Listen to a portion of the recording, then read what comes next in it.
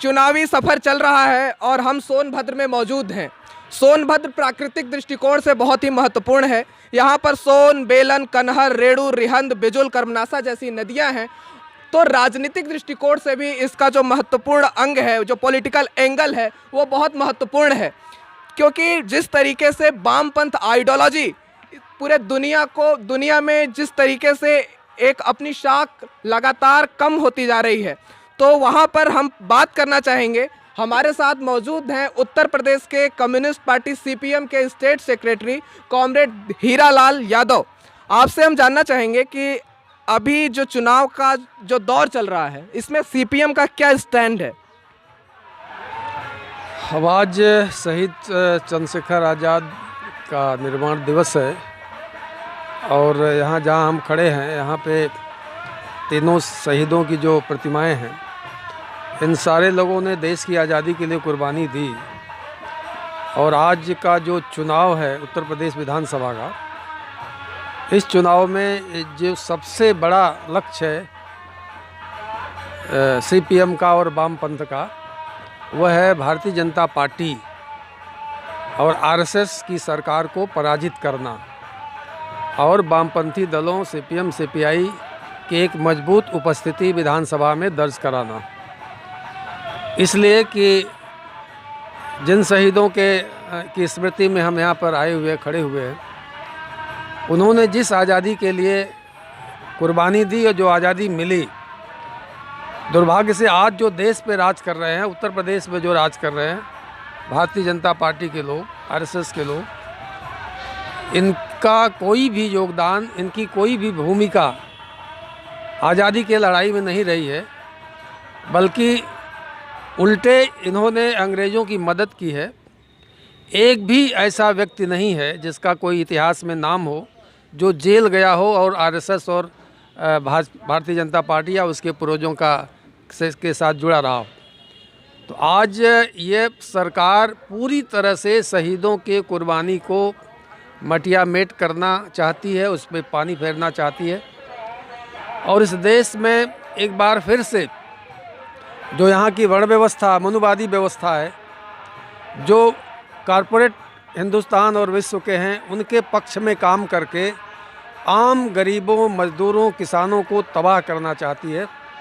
इसलिए आज इस चुनाव में सीपीएम सीपीआई का एक मुख्य लक्ष्य है इस सरकार को पराजित करना और साथ ही चूँकि विचारधारा के आधार पे सांप्रदायिकता, जो आरएसएस की विचारधारा है, उसको तभी पराजित किया जा सकता है जब वामपंथी ताकतें मजबूत हों, क्योंकि वही एक विचारधारा के रूप में है।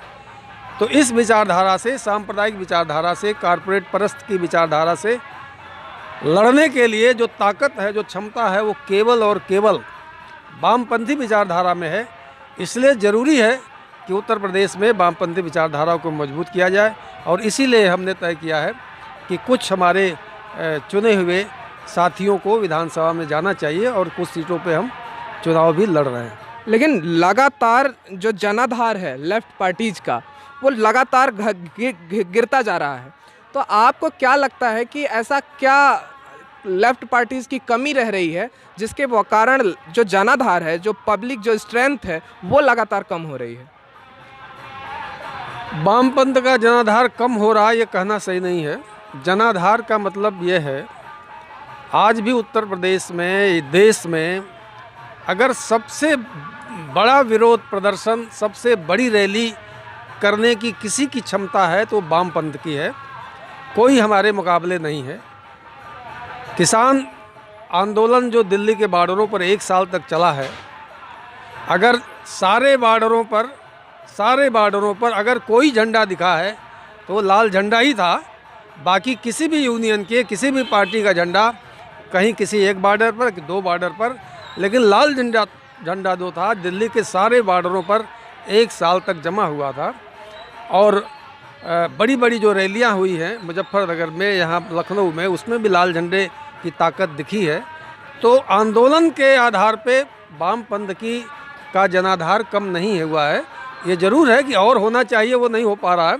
लेकिन चुनाव के मामले में ज़रूर जिस तरह से पूंजीवाद ने एक निम्न स्तर की राजनीति को बढ़ाया है देश में। जातिवाद, सांप्रदायिकता, पैसा, लालच, गरीबों को खरीदने का काम जो धुआंधार तरीके से बड़े पैमाने पे हो रहा है, उसमें ज़रूर वामपंथ चुनावी राजनीति में कमज़ोर है, पहले की तरह नहीं है।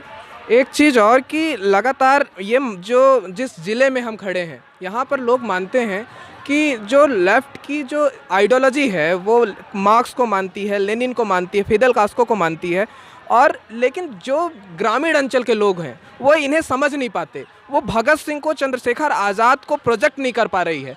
असली लेफ़्ट मानती है कि हम असली वारिस हैं इनके, लेकिन ये कहीं ना कहीं इस काम को प्रोजेक्ट करने में असफल हैं। आपका क्या ओपिनियन है? देखिए, कम्युनिस्ट प्रोफेसर नहीं होता। कोई प्रोफेसर यूनिवर्सिटी में जो पढ़ाता है, मार्क्स को जानता है, लेनिन को जानता है, कोई ज़रूरी नहीं कोई कम्युनिस्ट हो। कम्युनिस्ट एक गरीब आदमी होता है, मजदूर होता है, जो पढ़ा लिखा नहीं है। वो मार्क्सवाद नहीं पढ़ सकता, उसका विश्लेषण नहीं कर सकता, लेकिन उसे इतना पता है कि वो जो मेहनत कर रहा है उस मेहनत का फ़ायदा उसे नहीं मिल रहा है।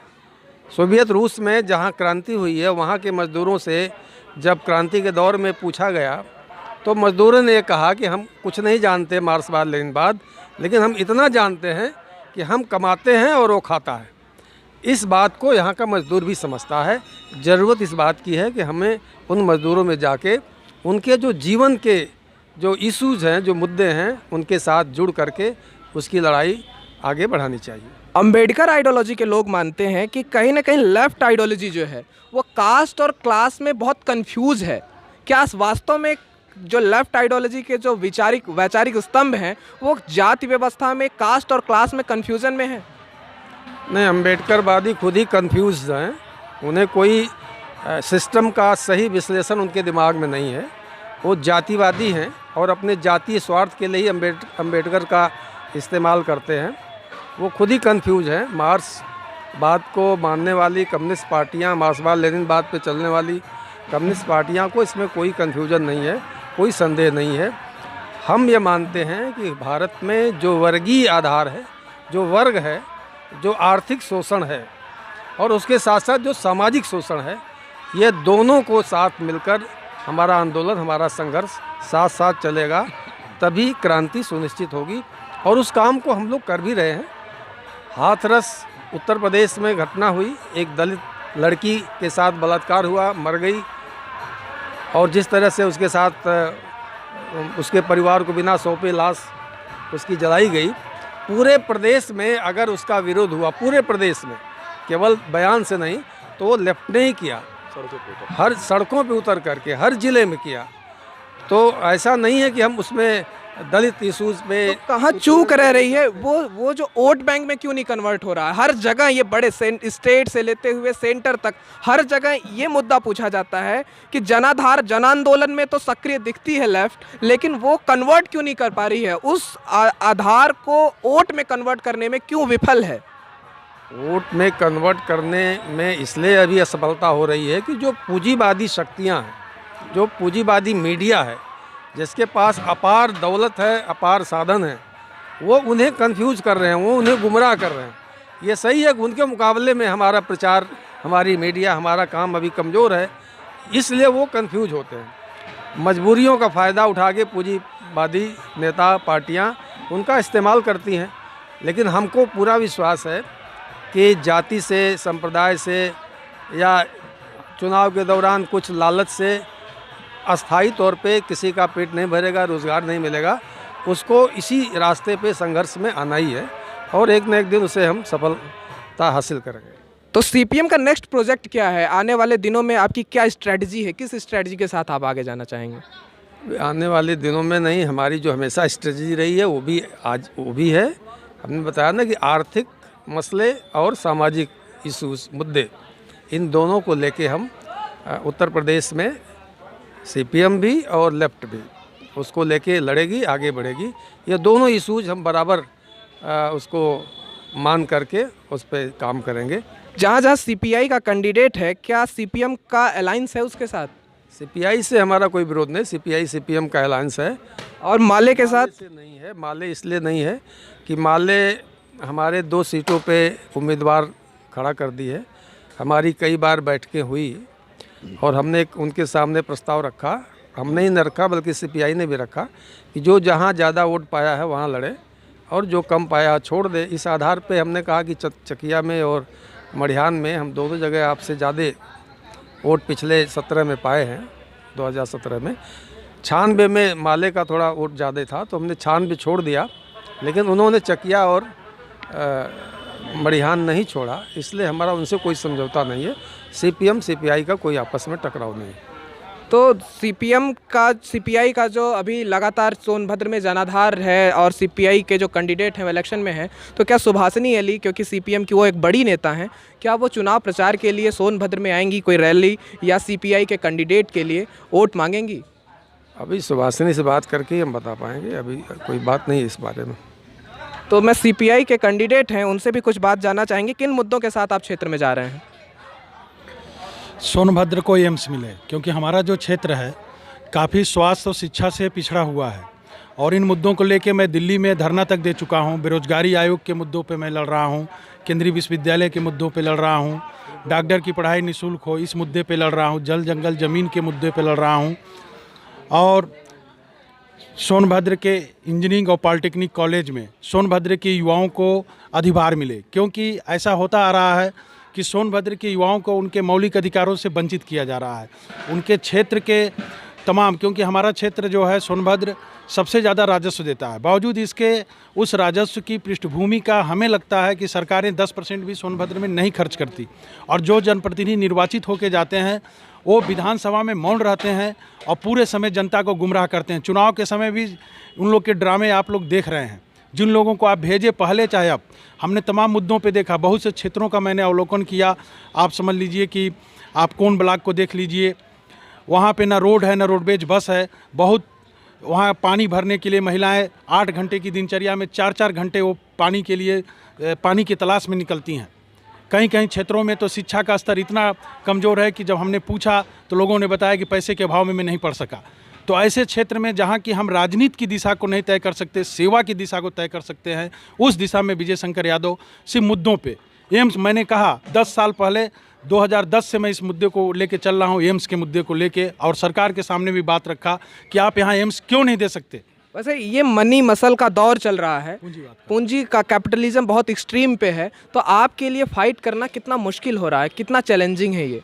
देखिए, पूंजीवाद कहीं ना कहीं ग्रोथ तो कर चुका है और उससे जनता गुमराह भी हो रही है। निर्वाचन आयोग की जिम्मेदारी बनती है, क्योंकि निर्वाचन आयोग की कई संस्थाएं जिसको निर्वाचन आयोग डोनेट करता है मतदाता जागरूकता चलाने के लिए। आप मेरे गाड़ी पे जाएंगे देखेंगे उसमें आदर्श मतदाता का सिंबल बना हुआ है। मैं मतदाता जागरूकता अभियान के तहत भी इलेक्शन लड़ रहा हूँ, पार्टिसिपेट कर रहा हूँ, कई जगह मैंने कहा भी है। तो ये निर्वाचन आयोग की प्रथम जिम्मेदारी बनती है कि आदर्श मतदाता वो बनाए, लेकिन निर्वाचन आयोग यहाँ फेल हो रहा है और जिन संस्थानों को उन्हें लगा रखा है वो संस्थानें काम नहीं करती। आपको बता दूं, स्थिति इतनी विकट है, कई जगहों में तो लोगों ने कहा क्या चुनाव हो रहे हैं, तो मुझे बताना पड़ा कि नहीं 7 तारीख को इलेक्शन पे आपको वोटिंग करना है। ये स्थिति है। जनता को बहुत जगह तो जंगल में ये नहीं पता है कि चुनाव भी हो रहे हैं। तो ये इतनी मतलब कि अंधेरे की दुनिया। तो प्रतिक्रिया क्या आ रही है? लगातार जिस तरीके से मनी मसल से आपकी लड़ाई है, तो आप क्षेत्र में जा रहे हैं, कैपिटलिज्म बहुत हावी है, तो इस दरमियान आपको क्या प्रतिक्रिया दिखती मिल रही है? जनता मुद्दों की तरफ अट्रैक्टिव है और जनता को यदि एम्स चाहिए, बेरोजगारी आयोग चाहिए और केंद्रीय विश्वविद्यालय चाहिए, तो जनता हमारे पक्ष में मतदान करेगी, इसके लिए मैं आश्वस्त हूँ। तो ये थे कम्युनिस्ट पार्टी के लीडर, आप सेक्रेटरी हीरालाल यादव थे, और विजय शंकर यादव जो सीपीएम और सीपीआई के अलायंस के साथ सोनभद्र सदर 401 विधानसभा में हैं। आप रोटी, कपड़ा, मकान, शिक्षा, दवा के मूलभूत स्ट्रक्चर के साथ क्षेत्र में जा रहे हैं, चुनाव लड़ रहे हैं, समतामूलक समाज के निर्माण के लिए आप चुनाव प्रचार में हैं और विधानसभा का सफ़र तय करने के लिए लड़ाई लड़ रहे हैं। और जैसा कि नागार्जुन ने कहा है कि रोटी रोजी हक की बातें जो भी मुख पर लाएगा, कोई भी हो निश्चित ही वो कम्युनिस्ट कहलाएगा। इसी के साथ देखते रहिए TRS भारत।